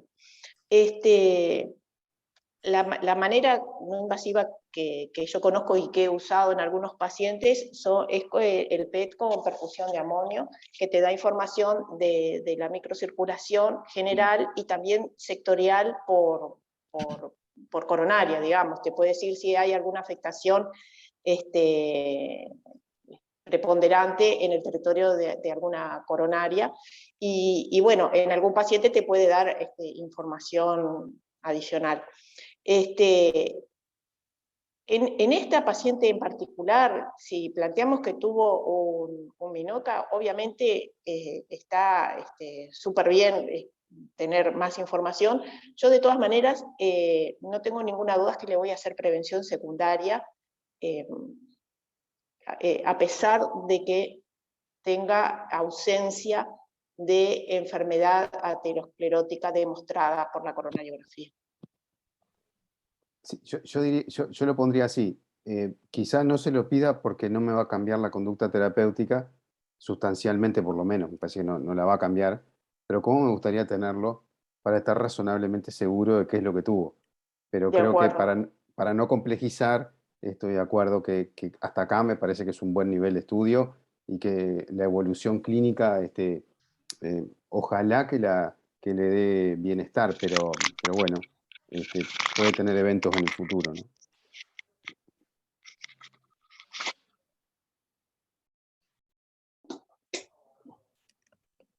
Revisen, chicos. Yo estaba silenciado, eso. Vamos arriba con la revisión. Bueno, continuamos con la revisión. Bueno, el infarto agudo de miocardio sin lesiones coronarias obstructivas, MINOCA, es una entidad que ha cobrado relevancia en los últimos años y se presenta en el 5 a 6% de los casos de pacientes con diagnóstico de infarto que van a cateterismo cardíaco. Es más frecuente en mujeres, una media de 58 años, en comparación con aquellos pacientes con enfermedad coronaria obstructiva, que la media es de 61 años, tienen menos factores cardiovasculares como hipertensión, diabetes, dislipemia y menos comorbilidades. Los cambios en el electrocardiograma son menos frecuentes. En realidad, los pacientes con MINOCA se suelen diagnosticar previamente como un síndrome coronario sin elevación del ST y tienen un menor aumento de tropolinas cardíacas. Si bien el pronóstico en estos pacientes es adverso, en comparación con aquellos con infarto, con enfermedad coronaria obstructiva, tienen mejor pronóstico. Y una cosa a destacar también es que en cuanto al tratamiento, no está bien dilucidado en comparación con el tratamiento del infarto. ¿Cuáles son los criterios diagnósticos de MINOCA? Bueno, son 3. El primero de ellos sería la cuarta definición universal de infarto del miocardio, que para redondear sería un aumento de la troponina cardíaca, al menos un valor mayor al percentil 99 de la normalidad, y evidencia clínica de infarto. También estos pacientes no deben presentar estenosis coronarias significativas, que se definen como una estenosis mayor o igual al 50%, y se incluye en este caso aquellos pacientes con estenosis coronaria menor al 30%, aquellos pacientes con irregularidades coronarias, y aquellos que tienen una ateromatosis leve, que se define como una estenosis mayor al 30%, pero menor al 50%. Además, no deben presentar ninguna causa clínica que explique esta presentación aguda, por ejemplo, sepsis, embolia pulmonar, miocarditis, o sea, todas aquellas entidades que pueden simular un infarto de miocardio. Ojo con esta autora que está escuchando, ¿eh? Estaba pensando lo mismo. Pero no habló. Qué nivel que te citen en la bibliografía y estar Ajá. ahí calladito. No, eso poca gente puede. ¿eh? Capaz que no tener más remedio que citarla. No, tremendo. Bueno, seguimos. En cuanto al algoritmo diagnóstico, en realidad no hay un algoritmo consensuado. En realidad hay que tener alta sospecha clínica, hacer un análisis minucioso. Primero descartar todos aquellos diagnósticos diferenciales que tienen alta mortalidad, la disfunción coronaria, la embolia pulmonar, para mencionar algunas. Y luego habría que descartar también, como se dijo antes, la presencia de si se trata de un Takotsubo o de una miocarditis, que eso va a ser la ventriculografía y el ETT. Luego de descartar todos esos diagnósticos diferenciales, podemos decir que se trata de un MINOCA, y luego habría que ver la etiología del MINOCA, porque eso va a depender del tratamiento del paciente. A destacar, hay 2 estudios que mencionan, que son, por un lado, la resonancia magnética, y por otro, el IBUS o OCT, preferentemente OCT, que va a permitir distinguir entre la disrupción de placa, que es una de las entidades más frecuentes del MINOCA. Y bueno, este algoritmo también es más o menos, explica lo mismo. Lo que hay que hacer es, como ya se dijo antes en la discusión, revisar la cinegeconografía para ver si no hay alguna lesión que haya pasado desapercibida, ver si no presentó disección coronaria, siempre considerar el Takotsubo como un diagnóstico diferencial. Y bueno, también lo mismo que el algoritmo anterior, están los 2 estudios más importantes, que son la resonancia, que lo que nos va a permitir es diferenciar si se trata de un Takotsubo, una miocarditis, un infarto, como en el caso de esta paciente, que las alteraciones eran más para el lado del infarto, u otras miocardiopatías. Y la OCT, como ya dije antes, puede diferenciar si se trata de una irrupción coronaria, una embolia, un espasmo, que son todas las etiologías probables que se engloban dentro del MINOCA, que no me voy a extender mucho porque si no se hace muy extenso, pero es eso básicamente. Y bueno, siempre tener en cuenta que si bien están estos algoritmos, depende también la disponibilidad de dichos estudios en cada centro. Y bueno, voy a hablar un poquito ahora de la miocardiopatía de Takotsubo, que se define como una disfunción transitoria del ventrículo izquierdo, que se da por una descarga adrenérgica en sujetos susceptibles. Se ha planteado que tiene cierta explicación genética y también hormonal, pero no hay ninguna evidencia clínica, no hay ningún estudio que lo demuestre, son solamente teorías. Es más frecuente, se da más frecuente en mujeres posmenopáusicas. El 90% de estas pacientes se encuentran en una edad de entre 67 y 70 años. La presentación clínica es bastante similar a un infarto, pueden presentar disnea, dolor torácico, edema pulmonar, cardiogénico, paro cardiorrespiratorio. Y como se dijo antes, si bien la descarga adrenérgica se da por un trigger que puede ser físico, sepsis, radioterapia, quimioterapia, para mencionar algunos, o emocional, en un tercio de los pacientes no hay una causa identificable. Hay que también destacar que en un 10 y 29% de estos pacientes tienen enfermedad coronaria concomitante, por lo tanto no es un criterio excluyente la presencia de enfermedad coronaria obstructiva para diagnosticar una miocardiopatía de Takotsubo. Y de las complicaciones, a destacar algunas, las más importantes, la obstrucción del tracto de salida del ventrículo izquierdo, la insuficiencia mitral, el cardiogénico, trombo ventricular, que eso también presentaba nuestra paciente en la resonancia, el edema pulmón y la rotura de la pared libre del ventrículo izquierdo. También mencionar que existen 4 tipos de miocardiopatía de Takotsubo. La más común es la apical, que fue la que se planteó en un principio en nuestra paciente, pero existen otras, que la medioventricular, la basal y la focal, y cada tipo, que se encuadrarían de las formas atípicas de miocardiopatía de Takotsubo, tienen determinado fenotipo clínico. También puede haber compromiso del ventrículo derecho o compromiso biventricular, y en esos casos es un indicador de mal pronóstico. Y bueno, más o menos, como ya se habló un poquito antes, están los criterios diagnósticos de Intertac 2018, que más o menos mencioné anteriormente, pero para redondear, tiene que haber una disfunción del ventrículo izquierdo transitoria, que la enfermedad coronaria no es una contraindicación en Takotsubo, muchos pacientes lo tienen, como ya dije antes, que no necesariamente tiene que haber un desencadenante, si bien la gran mayoría lo presentan, que también hay pacientes que tienen alteraciones neurológicas, que en esos pacientes se da más que nada las presentaciones atípicas, que generalmente el electrocardiograma es patológico en estos pacientes, generalmente es un supra o, como ya se dijo antes, unas T invertidas con un QT prolongado, y los mediomarcadores son moderadamente elevados, y se tiene que excluir siempre la resonancia, con la resonancia magnética la miocarditis. Y bueno, las mujeres con menopáusicas son las más afectadas, como ya se dijo hasta ahora. Y bueno, este es un algoritmo que está en el consenso de Takotsubo, que fue realizado por expertos. A grandes rasgos lo que uno tiene que ver es, por un lado, diferenciar con el electrocardiograma si tiene elevación o no tiene elevación del ST. En el caso de la elevación del ST, se va a hacer, es mandatorio realizar una cineangiografía para descartar enfermedad coronaria, y en aquellos pacientes sin elevación del ST se puede realizar el score de Intertac, que son estas variables que están acá, que son 7, y bueno, ahí se divide entre baja, intermedia probabilidad y alta.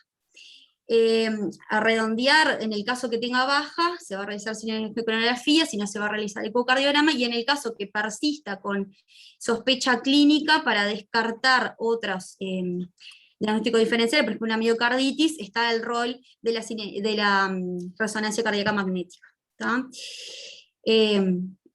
Ahora vamos a hablar un poquito del rol de la resonancia en el Takotsubo.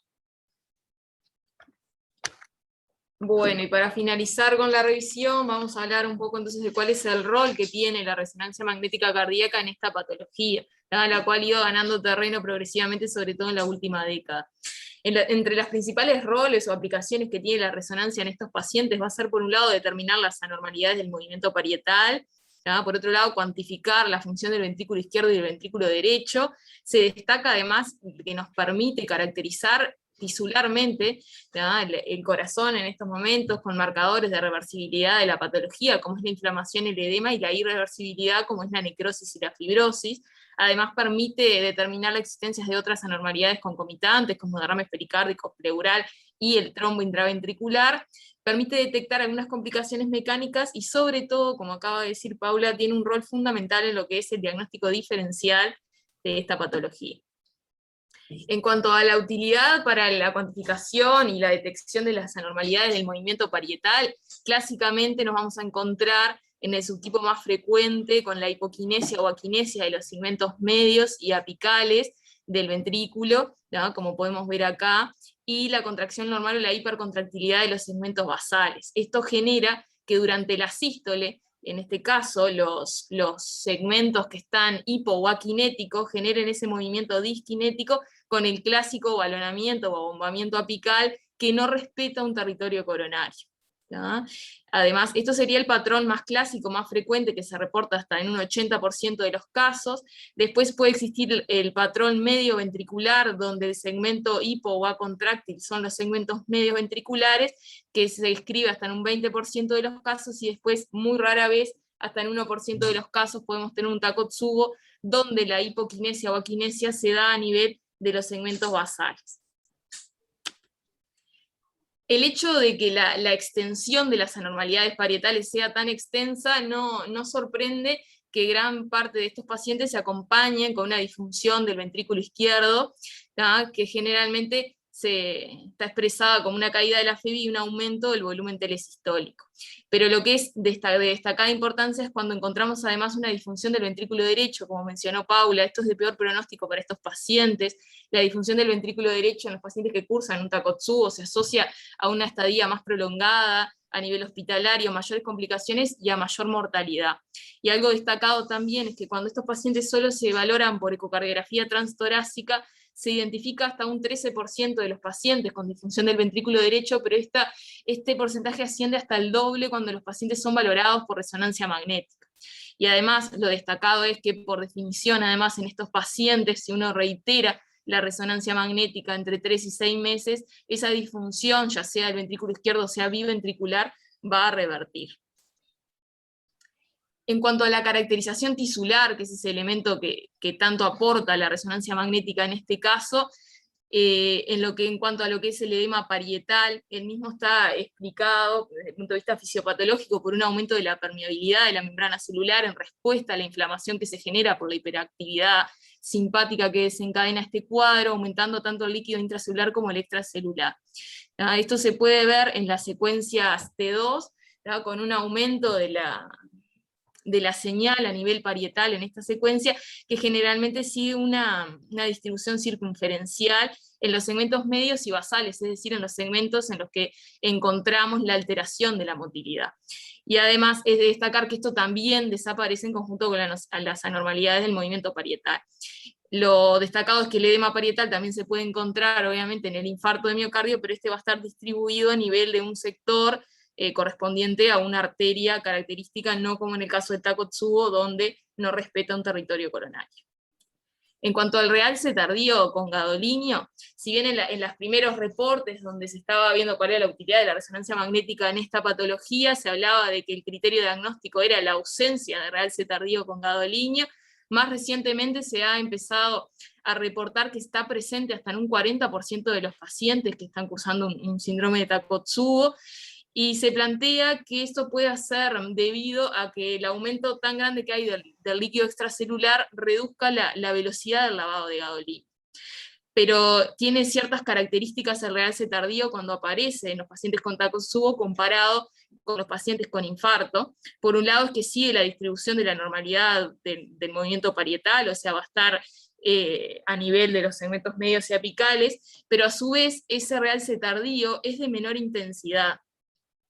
Se utiliza como punto de corte generalmente para hablar de alta intensidad del realce tardío, 5 desviaciones estándar por encima del punto de referencia, y en los artículos que revisamos hacen referencia a que en estos pacientes el realce tardío es de menor intensidad y que es de aproximadamente entre 2 y hasta 5, reportan algunos, desviaciones estándar por encima del punto de referencia. O sea que si el realce está presente es de diferentes características, no solo por su distribución, sino por su intensidad.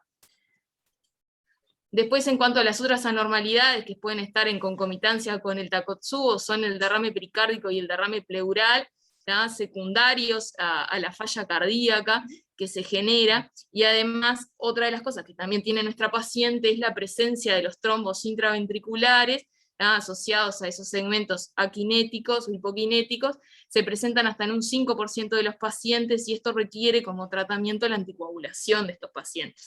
La presencia de un trombo intraventricular que pase desapercibido, lo que ya puede traer complicaciones, o si se demora el inicio de la anticoagulación, complicaciones que obviamente van a sellar un poco el pronóstico de estos pacientes. Y por otra parte, en cuanto a las complicaciones mecánicas que puede ser útil la resonancia para identificar, es la obstrucción del tracto de salida del ventrículo izquierdo, producida por el movimiento sistólico anterior de la válvula mitral, como podemos observar acá en esta imagen. También se puede encontrar insuficiencia mitral y la ruptura de la pared libre, obviamente que esté contenida, pues si no el paciente no llegaría a la resonancia. Y por supuesto, para destacar es que todas estas modificaciones son reversibles en esta patología. En este caso son imágenes de un paciente en el que se hizo, este es en el momento de que estaba cursando el Takotsubo y a los 3 meses donde se ve que el trastorno de la contractilidad ha desaparecido. Y por último, para terminar, traemos esta tablita para hacer una comparación entre cuáles son los principales ítems entre lo que es el Takotsubo y el infarto de miocardio y cómo sirve para distinguir ambas patologías en cuanto al diagnóstico diferencial. En cuanto al sitio de movimiento anormal de la pared, en el Takotsubo esta afección es concéntrica y en la mayoría de los casos afecta a los segmentos medios y apicales del ventrículo izquierdo, mientras que en el infarto de miocardio sigue la distribución típica de un territorio arterial, el que esté comprometido. En cuanto al edema miocárdico, en el Takotsubo es transmural y concéntrico, y respeta esos segmentos que están con afección de la contractilidad, mientras que en el infarto de miocardio es subendocárdico transmural, también siguiendo una distribución arterial de un territorio dado. En cuanto a la disfunción del ventrículo izquierdo, puede estar presente en ambos, por supuesto. En cuanto a la disfunción del ventrículo derecho, puede estar presente en ambos también. En el infarto de miocardio dependerá si está involucrada la arteria coronaria derecha. En cuanto al realce tardío con gadolinio, dijimos que en el Takotsubo puede estar presente hasta en el 40% de los casos, pero es de baja intensidad, y en el infarto está presente y es de alta intensidad. En cuanto a la obstrucción microvascular, no está presente en el Takotsubo, puede llegar a estar presente en el infarto, y por último, lo que ya habíamos mencionado, la resolución a largo plazo, es que en el Takotsubo todos estos cambios revierten y en el infarto no. Y por aquí terminamos. Muchas gracias.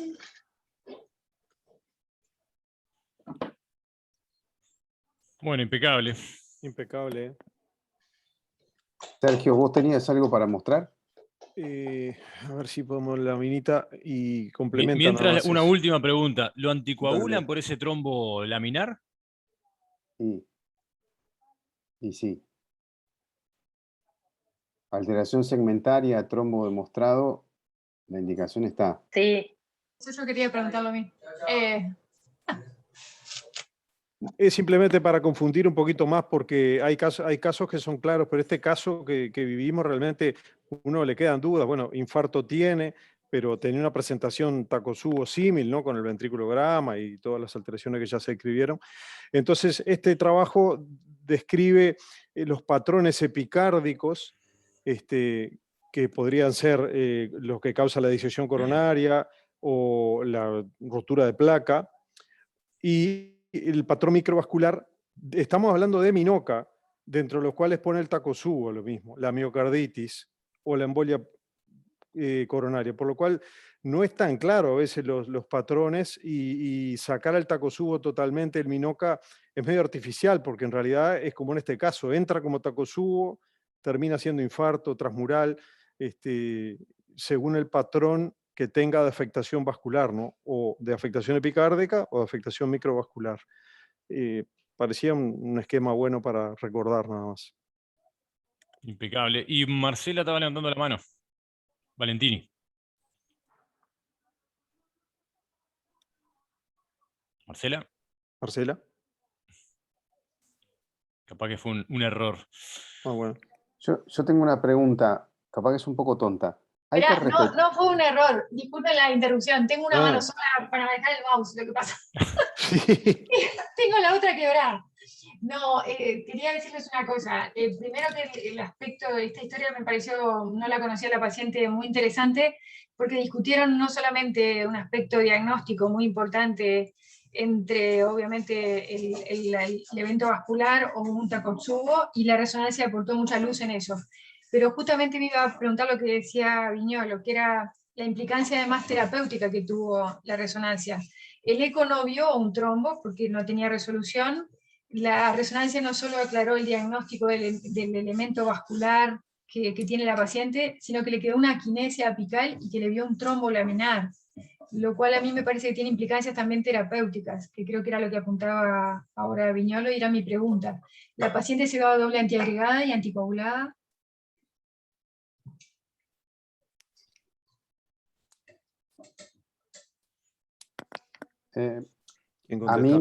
A mí me parece que doble antiagregación, porque tuvo un síndrome coronario agudo, sea cual sea su etiología, pero la indicación de doble antiagregación se basa fundamentalmente en el accidente de placa. Entonces, si tiene indicación concomitante de anticoagulación, independientemente del riesgo de sangrado, a mí me parece lógico optar por simple antiagregación y anticoagulación. Yo no haría doble antiagregación, si quieren, después del alta, pero no lo haría. Dejaría uno solo y la dejaría anticoagulada. La pregunta, ¿cuánto? Warfarina y aspirina. ¿Perdón? Warfarina y aspirina. Sí, por ejemplo, sí. Que se fue con eso al final. Perfecto. Estoy de acuerdo, digamos.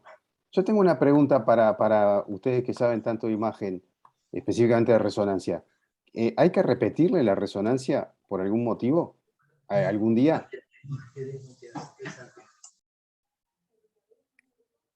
Benedito Florio.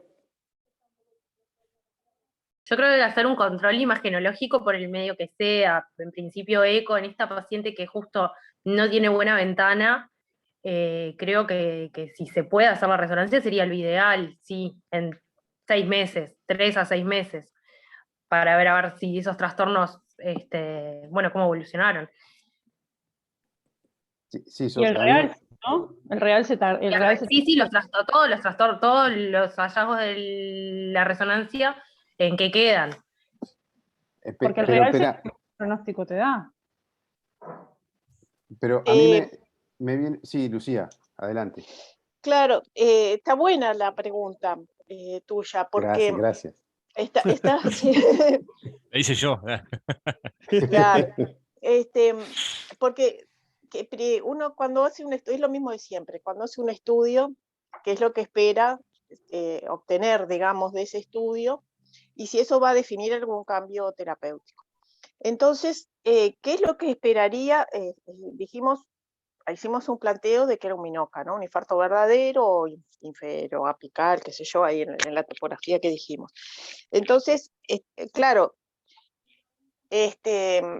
¿para qué voy a querer hacerle una resonancia después? Para conocer la fracción de eyección del ventrículo izquierdo con motivos pronósticos y eventualmente terapéuticos también, ¿no? Porque si voy a tener que tratar la disfunción sistólica y por ecografía no la vamos a poder, tiene mala ventana y no la vamos a poder definir bien, bueno, es una indicación. Esperamos que haya una reversión de la alteración de la motilidad y yo creo que una mejoría de la FEBI sí, podría haber, pero muy probablemente mantenga una alteración de la motilidad en el sector que estamos planteando que tuvo un infarto.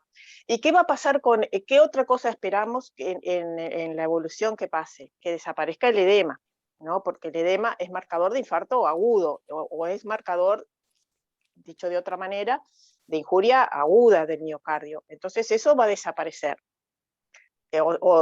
Suponemos, ¿no? Que lo lógico es que desaparezca. ¿Y qué va a pasar con el realce tardío? El realce tardío en agudo, en este caso, no es indicación de fibrosis, sino que está presente justamente por el edema y por la rotura miocárdica que hay. Ustedes saben que el gadolinio es un contraste que es extracelular. Entonces, la destrucción, digamos, de los miocitos y la presencia de perfusión en el espacio extracelular es lo que genera el gadolinio. Ahora, en la evolución, esto, lo lógico es que evolucione una zona de necrosis con fibrosis que va a ser transmural, si fuera un infarto transmural, o subendocárdico, y generalmente es un realce tardío bastante menos, de menor magnitud que la que vemos en el episodio agudo. Respondiendo a la pregunta de Gustavo, ¿le harías una resonancia en el futuro? No me quita el sueño, digamos, porque salvo que realmente yo quiera, no veo bien la FEBI, yo quiero saber si le tengo que hacer tratamiento de la disfunción sistólica, pero si no, no me queda demasiado claro qué le voy a aportar, más allá de que voy a tener un montón de información que me encantaría tenerlo. O sea, si me decís, si me gustaría hacerle la evolución, sí, sin duda que sí. Pero no sé qué diferencial en cuanto al tratamiento me va a dar. No sé Voy a si tirar, me está expresé bien. perfecto, está súper claro. Yo quiero hacer una preguntita más y me callo la boca. Nosotros, ahora se me complicó un poco el razonamiento, porque cuando los infartos tienen FEBI baja, tienen riesgo arrítmico.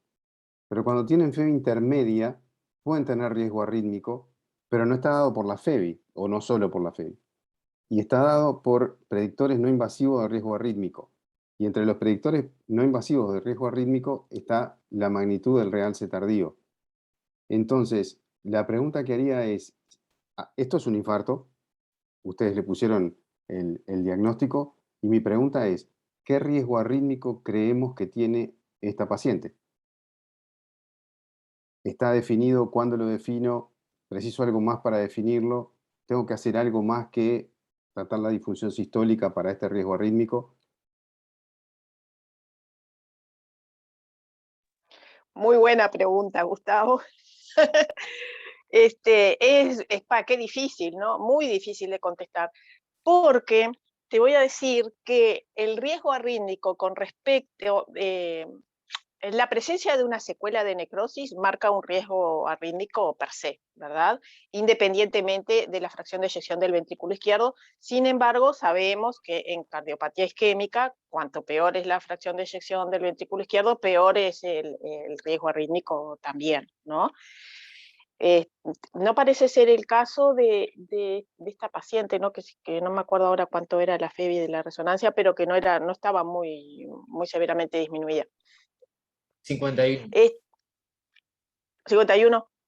Pero cuando nosotros vamos a las cardiopatías no isquémicas, el riesgo arrítmico, la presencia de realce tardío y por lo tanto de fibrosis marca un riesgo arrítmico aumentado. Pero según el escenario en el que estemos, es más importante la topografía de la fibrosis, y en otro escenario la magnitud. Esto lo hablábamos en la lectura de revista de cardiología este mes, ¿no? Que en la miocardiopatía hipertrófica el riesgo arrítmico es muy dependiente de la magnitud del realce tardío, y en cambio en las cardiopatías dilatadas nos importa más la topografía, si es subepicárdica o combinada septal-basal y de pared libre y lateral del ventrículo izquierdo. Entonces, bueno, no sé, Gustavo, cuál es el riesgo arrítmico de esta paciente. Está aumentado, ¿no? Eso, pero... Estoy de acuerdo contigo, y por eso pensé en la resonancia en la evolución, porque si la FEBI no empeora, bueno, por arriba de 50 y algo % difícilmente tenga que tomar una medida específica, en concreto, llamar al electrofisiólogo. Pero el tema es si evoluciona mal y la FEBI se deteriora. Y entonces me parece que ahí el algoritmo de decisión para el riesgo arrítmico puede cambiar. Entonces, yo lo que haría es, estoy de acuerdo, no dejaría pedida una resonancia a menos que realmente estemos convencidos de que la ventana es tan mala que no puedo distinguir si la FEBI mejoró, empeoró, yo qué sé. No sé qué FEBI tiene. Bueno, si es así, me parece que sí le pediría una resonancia. Si la puedo controlar adecuadamente en su función ventricular por ecografía, creo que si se mantienen valores inferiores normales, no haría más nada. Pero es interesante en los post-infartos con FEBI intermedia recurrir a otras herramientas oportunamente para cuantificar el riesgo arrítmico, ya, como dijimos, predictores no invasivos de riesgo arrítmico, incluida la resonancia. Creo que están calentando, Rodrigo. Ya están en la cancha. Y en base a eso, ¿no habrá fármacos que prevengan o que disminuyan la fibrosis, como hay en el infarto verdadero con la obstrucción coronaria, que hay trabajos que demuestran que cuando hay fibrosis, aneurisma apical, ponerle espironolactona tratarla como una disfunción sistólica intermedia en esta situación y no tanto como si la FEBI fuera normal y no tuviera fibrosis. Contribuir con algo dentro del tratamiento. ¿Qué pregunta? Sí, es una buena idea, pero no sé. La verdad es que no sé. Sí, no Suena hay muy bien. evidencia clara, no hay evidencia clara en eso, ¿no? Lo mismo que con el sacubitril/valsartán en el infarto, que tampoco demostró en agudo disminuir la fibrosis ni mejorar la FEBI. En situaciones como esta, como un infarto verdadero. Pero quedamos en una zona gris. Totalmente, de acuerdo. Es una paciente que hace pensar mucho. Hay una pregunta en el... Rodrigo, hay una pregunta en el chat y creo que con esto cerramos, porque me parece que la respuesta es rápida. Marcelo, que por strain pregunta si no se puede valorar la evolución del riesgo arrítmico por strain. No hay trabajos en eso, ¿no? Que hayan demostrado. Sí lo puedes comparar, capaz que el strain de esta paciente era muy parecido a donde tenía el realce tardío. Podés comparar si viene disminuyendo, y de hecho hay trabajos sí en miocarditis que se solapan mucho el strain con donde está el realce tardío, pero solo decirlo por el strain, no sé. Sí, yo la verdad que mi respuesta iba a ser breve porque era un simple no sé. Yo no leí nada de eso. Y bueno, es provocativo y tendríamos que leerlo y contárnoslo en la próxima. No lo sé. Y después la doctora Marisa Barruti pregunta, ¿por cuánto tiempo la anticoagulación? ¿Con qué plan, qué ideas se quedaron al darla de alta?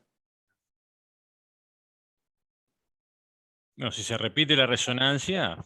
Pedro por ahí, que es Pedro Grosso, es el que la está siguiendo, está con warfarina y aspirina, y No está Pedro.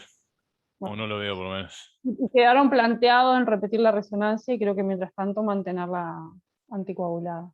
Ese es un buen punto para repetir la reso. Si la reso solo la vio la resonancia, si lo que estamos haciendo es esperar a que el trombo se vaya, no hay otra que repetir la resonancia. Ahora, si lo hacemos por criterio de tiempo, 3 a 6 meses sería un tiempo razonable para mantener la anticoagulación sin control imagenológico. Lo que pasa que es muy buena esa pregunta, porque después que uno vio un trombo, en general dice, bueno, no voy a suspender a menos que vea que este trombo se fue. Claro. Entonces... ¿Cuántos habrá con trombo que no se hizo nada, no? ¿Cómo dijiste, perdón? No, que cuántos se habrán ido de alta con el trombo puesto que nadie los vio, porque no se resona a todo el mundo. Por lo cual el riesgo de embolia debe ser bastante bajo también, pero bueno. Claro, pero después ¿Ya que lo viste el viste? monstruo, Claro, sí, claro. A uno le da la sensación de que hasta que no vea que se fue, no suspendería. Totalmente. Pero creo que también plantearse un plazo de 3 a 6 meses como si fuera un infarto cualquiera, me parece que es aceptable, y más tomando en cuenta que parece que la masa trombótica era muy reducida. Está informado como trombo pequeño, por lo menos por lo laminar, porque la dimensión longitudinal no era tan chica. Yo creo que si se elige el camino no resonancia, dejemos a esta mujer un poco tranquila, 3 a 6 meses, y si ese no es el caso, esperar a que repetir la resonancia, como dijo Benedito, probablemente dentro de 6 meses, y parece también una paciente de bajo riesgo de sangrado, dejar la anticoagulada este tiempo, y con una nueva reso que muestre que no hay trombo, bueno, razonablemente tranquilo de que eso se endotelizó, el endocardio, perdón, recubrió el área de cicatriz y, bueno, no va a trombosar de nuevo. Ahora, si tiene una enorme disquinesia que evolucionó el aneurisma, tendré que seguir la anticoagulada. Así que puede haber más información. Bueno, capaz que ahora sí, vamos terminando. Dale, ¿cómo sigue esto? Estaba por entrar a eso. Ya les comento. Porque de memoria no me lo acuerdo tampoco. Esto sigue el 16 con una lectura de revistas, el 16 ahora de septiembre, y después el 30, que vamos a tener las jornadas por el servicio, las jornadas aniversario, que las corrimos un poco para no juntarnos con Maldonado, la vamos a tener el 30 de septiembre, que vamos a estar hablando de patología valvular mitral, pero después les vamos adelantando. Bueno, vamos a ver Uruguay, vamos arriba. Gracias a Excelente, todos. excelente Chau, el caso, chau. muchas gracias para todos. Todos los comentarios, los residentes, excelente. Muy bueno estuvo. Hasta luego. Felicitaciones, gurises. Chao. Habló la autora.